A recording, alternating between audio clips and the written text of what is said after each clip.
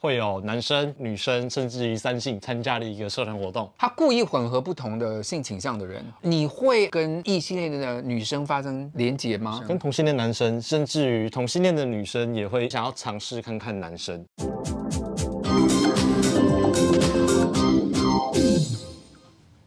Hello， 欢迎来到这一集的《跟老师上床》，我是你们沈老师。今天的来宾是乖乖。Hello， 再一次见面。每次老师找来宾坐在床上纯聊天，乖乖本人很喜欢参加多人的活动，对不对？所以你也办过。然后今天请他来讲一个非常特殊的社团，跟大家讲一下这个社团在干嘛。社团是会有男生、女生，甚至于三性参加的一个社团活动。他故意混合不同的性倾向的人，我们尊重每一个性倾向，跟我们尊重每一个人想要去探索自己的欲望，跟想要去探索自己的发展。你去参加过多少次这个社团办的活动？数不清了耶，数不清啊！通常会多少个人参加？大概6到8人。他是去哪里找这些人的？来找我，我告诉你答案。所以你也算是一个联系人之一。对，只要联系我就可以了。你会跟异性恋的女生发生连结吗？个人是蛮喜欢的，我自己是双性恋。OK， 所以当异性恋女生想要使用大老鹰的时候，我就会帮忙贡献一下大老鹰，让它飞一下。一般的女生真的都喜欢大老鹰吗？不一定，因为我自己的老鹰在飞的时候就会有一点让女生不舒服。我也听说过我的女性朋友们，就是她男朋友，她嫌她男朋友就是大老鹰太大。一般的女生都还蛮保守。是，你们是怎么样找到那些女生的啊？是现在社会上很多女生，她们想要自己尝试，就会找上我们。自己尝试什么？尝试跟很多人哦，尝试开发自己另外一个领域。跟同性恋男生，甚至于同性恋的女生也会想要尝试看看男生。我真的有听说蛮多人跟同志讲说，你这辈子都没有试过女生，你怎么知道你不是异性恋？对，所以他们就说，可是我也想试，可是我不知道去哪里试，因为找不到女生跟他们试。对，他们就可以联络拐拐。是。那请问一下，这个地方是没有限制大小的吧？这地方没有限制大小，但是我们会去稍微衡量一下你的标准值，因为我们会希望每一场活动大家是彼此舒适的。当这个趴主来说的话，他要怎么去衡量说每个人是不是都喜欢对方？你们是怎么样经过这个评选过程的？我们会有一个队长，然后他主要会统整大家的资讯，然后可能身材比较一致，或者是颜值比较一致，不会说大家来的时候互相落差可能很大。你去参加这个活动，每一次都是满意的吗？就说跳的都不错吗？对，超满意的。你有没有在里面碰过你非常爱的人？有。那怎么办？当下结束，当下散会，把最美好的回忆留在床上就好了。你现在很喜欢他，你为什么不继续留他联络方式，然后以后再跟他约呢？我们不允许留联系方式哦。为什么？因为我们要保障彼此的个人隐私。可是如果2个人都很乐意留呢，你就不行。基本上不要。像是女生，她就不喜欢被人家留联系方式，可是旁边的人会半推半就。哦，我懂。我们不会去勉强对方，所以避免这个尴尬。对。可是如果你比如说你在那边真的碰到你的真爱的话，怎么办？之后你们有缘一定会再遇到。双方真的是同意的话，那没有问题。可是社长不会去透露任何的这个活动里面相关的任何人的资讯，所以你们隐私非常的宝贵。对。OK， 我觉得这也很重要了。一个社长需要注意大家的安全啊什么的，然后协调。另外问题是因为里面男男女女都有，然后各种行为都可能发生。请问一下，参加这样的聚会，安全性行为这件事情是重要的吗？非常重要。而且我们在邀约人的时候，会先去稍微理解一下他对于基本卫教的背景。你要怎么去了解？你跟大家讲一下。跟他们聊天一下，确认一下他们有没有在吃预防性投药，或者是有没有在打 HPV 酒驾，或者是梅毒的预防。跟梅毒的事后治疗，跟他是否准备保险套跟指套，然后跟是否有就是传染性疾病，我们会稍微去了解一下这个状况，然后确保大家在开心的过程当中是彼此安全的。我们不允许摄影，跟手机全部是收起来的，各自保管。所以现场可以被人家看就是了啦，可是不可以留下任何影像。对，可是留下影像蛮精彩的耶。你们的队长没有考虑过，就如果有允许的话，队长他会在他经过大家允许的状况之下去录一些不露脸的任何东西。我个人认为拐拐蛮有暴露的倾向。请问一下，你有在经营？你有在拍片吗？过往有，现在是说故事的人。你之前拍的片子放在哪里？推特啊，是没有盈利的，就给人家看。我有盈利啊。你有盈利？对啊，我以前有经营过一些社群软体。对 ，OK， 个人觉得你真的蛮适合的啦。因为你很有自信，跟自己身材也还不错。我特别想听是直男在那边可能会跟同志发生关系吗？可能会看直男的意愿。那你有跟过直男吗？有。跟直男的感觉是什么？直男会非常害羞，然后非常别扭，可是他会非常的舒服。等下队长必须先告诉你说那个是直男，然后对为那个直男说他有没有意愿跟同志发生关系。对，所以当你收到这指令之后，你马上就上了。我们先看直男意愿，直男可以，那我们才会动手。直男愿意的话，是通常直男坐前面，还是直男可以也后面？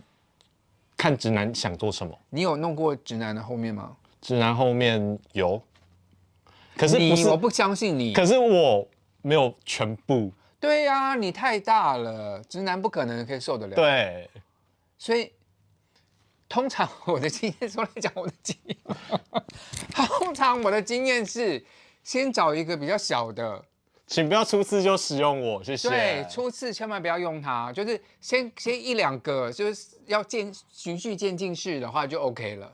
对，通常第一次不要，通常在这种多人活动，我会放最后。对，个人认为就是慢慢要习惯那个，你知道吗？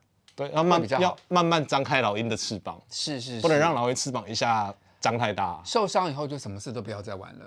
对，有一次非常难忘的经验是，有一个侄女，然后我在教她清洗。侄女也想尝试新玩意儿。对，然后呢？然后她就同时有2只老鹰飞进去，我的天，前面后面都在飞哦。她开心吗？她开心，她非常开心。因为我之前看一些电影里面啊，看到这种，我就想说这女的应该很不舒服吧，结果她是开心的。她是开心的。OK， 好，我觉得这个社团真的开发出蛮多不同的可能性的。是，所以大家如果有兴趣，你身边有什么对这方面比较好奇的人呢，也可以私下联络一下拐拐。是，好不好？他可以引荐你们去看你们想参加什么样的俱乐部。希望各位喜欢今天的节目内容，拐拐真的跟我们分享非常多不可思议的事情。如果喜欢的话，不要忘记帮老师订阅、按赞、分享。每个礼拜有直播，按个小铃铛鼓励我一下，我会回答你们所有的留言。线上老师要跟拐拐玩个游戏啦，安全知识大挑战。好了，我们现在来问一下拐拐，桌上有很多东西，参加趴的时候呢，有些东西跟趴有关系，有的跟趴没有关系。所以我也要跟大家解释一下，这些到底跟趴有没有关系。第一个这边是漱口水，是，这跟趴有没有关系？有非常大的关系。什么关系呢？你跟人家讲话的时候，嘴巴要香香的。而且在那个玩趴之前，不鼓励大家刷牙，因为可能会伤到牙龈，牙龈流血。对，所以用漱口水是最好的方法。对，保持口腔清晰。好了，这应该没关系了吧？香蕉是，有没有关系？香蕉。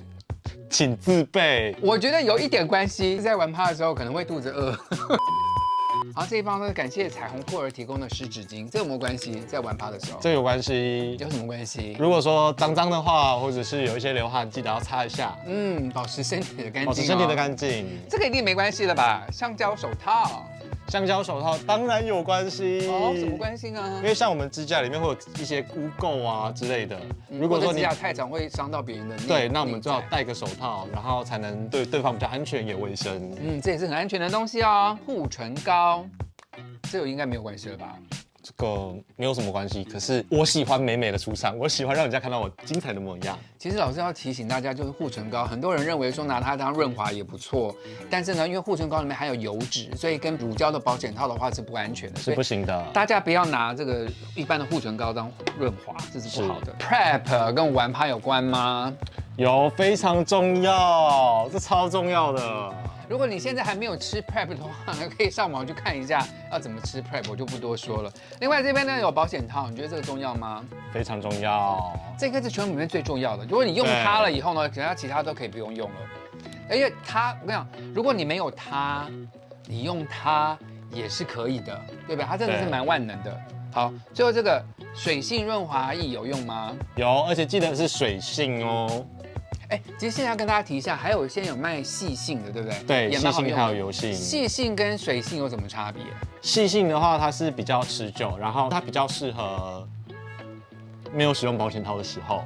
没有，细性可以用保险套了。对，细性不会上保险套，细性就是它的持久度比较长，你要玩长久的时间的话，可以用细性的话。所以现在有多种保险套安全的润滑油可以选择。希望大家可以好好的认识自己，然后去探索你想做的事情。只要你是安全的，只要你是知道周边上这些东西的重要性的，我觉得都很适合去探索自己。多玩玩，只要安全就好。对，虽然我玩过那么多故事，但是在那些故事之前，其实这些东西我都已经好好的深入了解过。另外，我们还有9价疫苗，甚至于其他猴痘啦什么，这都非常重要。同志朋友们多爱自己一点，不是同志朋友们多爱同志一点，我相信世界会更好。谢谢馆长，拜拜，拜拜。这是一个同志的频道，每次老师在做，都在台北或者是台中，台北或台中的对，哪里？一般的饭店，所以你要怎么让他们觉得好过一点？温柔一点，慢慢的进去，不然就是我们从后面飞进去。你后面被最大的老鹰进去是多大2个矿泉水瓶盖，初7到初8左右吧。那你可以被我老公雨衣可以保险套可以这样吗？啊，还分？我以为在同一个房间里。是同一个房间里面，客厅啊，然后会有有卧室，有主卧跟副卧这样子。哦，大的那种。